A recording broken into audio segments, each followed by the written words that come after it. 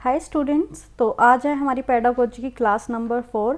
और जैसे कि आप सबको पता है कि इस चैनल पर हम इंग्लिश का कॉमन सेक्शन डिस्कस कर रहे हैं। तो हम कौन कौन से टॉपिक्स डिस्कस कर चुके हैं? Learning and acquisition, principle of language teaching, role of listening and speaking. और जो आज का हमारा टॉपिक है वो होने वाला है फंक्शंस ऑफ लैंग्वेज। तो लैंग्वेज के क्या क्या फंक्शन है, लैंग्वेज क्या क्या फंक्शंस परफॉर्म करती है और हमें क्या ज़रूरत है लैंग्वेज की, उसके बारे में हम आज के टॉपिक पर बात करेंगे। ये मैंने यहाँ पर एचटेट का ऑफिशियल सिलेबस लगाया है इंग्लिश सब्जेक्ट का, जो उन्होंने इस साल हमें दिया है। तो चलिए फंक्शंस ऑफ लैंग्वेज को स्टार्ट करते हैं। फंक्शंस ऑफ लैंग्वेज, भाषा के क्या फंक्शन होते हैं या फिर हम कहें भाषा हमारे किस काम आ रही है। 6 major functions of the English language are. तो यहाँ पर हमने 6 मेजर फंक्शंस की बात करी है जो इंग्लिश लैंग्वेज में हमें देखने को मिलते हैं।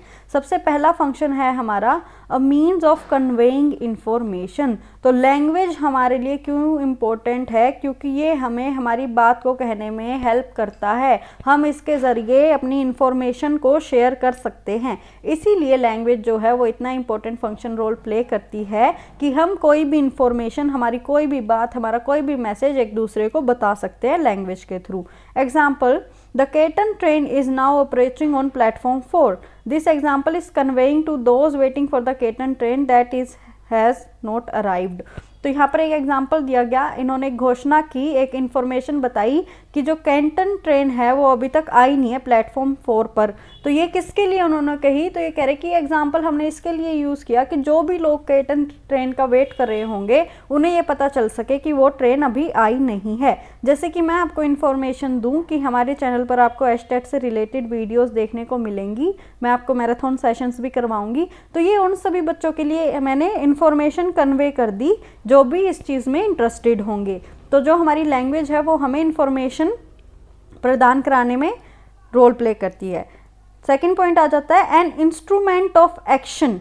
Example, don't forget to feed the dog. तो एन इंस्ट्रूमेंट ऑफ एक्शन, तो एक्शन किसी से हमें करवाना हो या फिर खुद हम कोई एक्शन कर रहे हैं और हमें किसी को ये बात बतानी हो तो उसके लिए भी लैंग्वेज हेल्प करेगी। अब मुझे सामने वाले इंसान से काम कराना है, तो जब तक मैं उसे बोलूँ नहीं तो उसे कैसे पता चलेगा कि मुझे उससे काम करवाना है? अगर मुझे आपसे कोई चीज़ चाहिए और मैं आपको बोलूँ ही नहीं कि वो टेबल से फाइल ला कर दे दो, तो आपको कैसे पता चलेगा कि वो फाइल ला कर देनी है? तो अगर हमें किसी से एक्शन करवाना है ना, तो भी हमें लैंग्वेज की ज़रूरत पड़ेगी। तो don't forget to feed the dog, यहाँ पर एक एक्शन बताया गया, किसी को हमने कहा कि कुत्ते को खाना डालना मत भूलना। तो this is example is telling the second person in the conversation to do something. तो यहाँ पर एक्शन करवाया जा रहा है किसी सेकंड पर्सन से, इसके लिए हमने लैंग्वेज का यूज़ किया। उसके बाद थर्ड पॉइंट है टू मेंटेन सोशल रिलेशनशिप्स। हमारे समाज में रिलेशनशिप्स को बनाए रखने के लिए हमें लैंग्वेज की ज़रूरत पड़ती है। अब अगर कोई इंसान किसी से बोले ही ना तो क्या हमारे रिश्ते बन पाएंगे? किसी से बिल्कुल भी नहीं। तो इसलिए लैंग्वेज हमारा हेल्प करती है सोसाइटी में भी एक दूसरे से बातचीत करने के लिए, रिलेशनशिप्स बनाने के लिए। Example, good morning, how are you. Here we see that this function allows us to make and keep friends. तो ऐसी ऐसी बातें जैसे गुड मॉर्निंग, आप कैसे हैं, आप क्या कर रहे हो, अच्छा आप आ गए, अच्छा आप चले गए। तो ये सारी बातें हमें हेल्प कर रहे हैं अपने फ्रेंड्स को बनाने में। अगर हम किसी से बात ही नहीं करेंगे, लैंग्वेज का यूज़ ही नहीं करेंगे, तो हमारे दोस्त भी नहीं बन पाएंगे, और दोस्त नहीं बन पाएंगे तो हम किसी से कोई सोशल रिलेशनशिप नहीं बना पाएंगे। तो उसमें भी लैंग्वेज हमारी हेल्प करती है। This function is usually more informal than others. तो ये जो फंक्शन है ये ज़्यादातर इनफॉर्मल हो गया बाकियों से। इनफॉर्मल किस तरीके से हो गया? क्योंकि इसमें हम कोई फॉर्मल बातचीत नहीं कर रहे हैं, नॉर्मल आम बोलचाल की भाषा का यूज़ हम करेंगे और हमारे सोशल रिलेशनशिप्स बनाएंगे। उसके बाद में नेक्स्ट पॉइंट है acting as a marker of group. तो अब ग्रुप्स के लिए भी ये हेल्प करेगा। He was out for a duck. तो किसी ग्रुप की जब हमें बात करनी हो तब भी हम लैंग्वेज का ही यूज़ करेंगे। तो यहाँ पर एक एग्जांपल दिया गया, ही was out for a duck. अब ये जो बात है आउट फॉर अ डक, ये मैं आपको बता दूँ, ये यूज़ किया जाता है उस क्रिकेटर के लिए जिसने अभी तक मैच के अंदर कोई भी रन नहीं बनाए हैं। आउट फॉर अ डक, तो जिस 0 विकेट पे आउट हो गया तो उसको कहेंगे आउट फॉर अ डक। तो यहाँ पर क्रिकेट की बात यहाँ पर की गई है, क्रिकेट की बात यहाँ पर की गई है। This example would only be heard by someone talking about the cricket. तो ये एग्जाम्पल, ये बात की आउट फॉर अ डक, तो यहाँ पर इंसान समझ जाएगा कि क्रिकेट की बात हो रही है। Therefore establishing that the people involve in the conversation are involve with cricket in one way और the other. Marking them as a group. तो जो लोग आउट फॉर अ डक की बात कर रहे होंगे तो इससे हम समझ जाएंगे कि ये इंसान कैसे ना कैसे करके क्रिकेट से ज़रूर जुड़ा हुआ है, और इससे हमें पता चल जाएगा कि इस इंसान को क्रिकेट पसंद है, तो हम उसे उस ग्रुपिंग में कर सकते हैं। As an instrument of cognitive and conceptual development, तो लैंग्वेज हमारे लिए ऐसे भी यूज़ करी जाती है कि वो हमारी दिमाग की, हमारे मस्तिष्क की, हमारे कॉग्निशन में डेवलपमेंट करता है, और हमारे कंसेप्चुअल में, हमारे कंसेप्ट्स में भी हेल्प करता है। जो हमारी थिंकिंग है, जो हमारे बिलीव्स हैं, उनमें भी हमारी बहुत ज़्यादा हेल्प करती है language. This is the power of language to influence thinking. और जो पावर है लैंग्वेज की वो ये है कि वो हमारी थिंकिंग को, हमारे चिंतन को, हमारे विचार को इन्फ्लुएंस करती है। This is why we have many words that mean basically the same because they all have slight differences और are used in different circumstances. इसीलिए हमारी भाषा में इतने सारे शब्द आए, क्योंकि लोग सोच रहे हैं, विचार कर रहे हैं, उन्हें अलग अलग शब्दों की ज़रूरत है जो कि हम यूज़ कर सकते हैं एक दूसरे की जगह पर।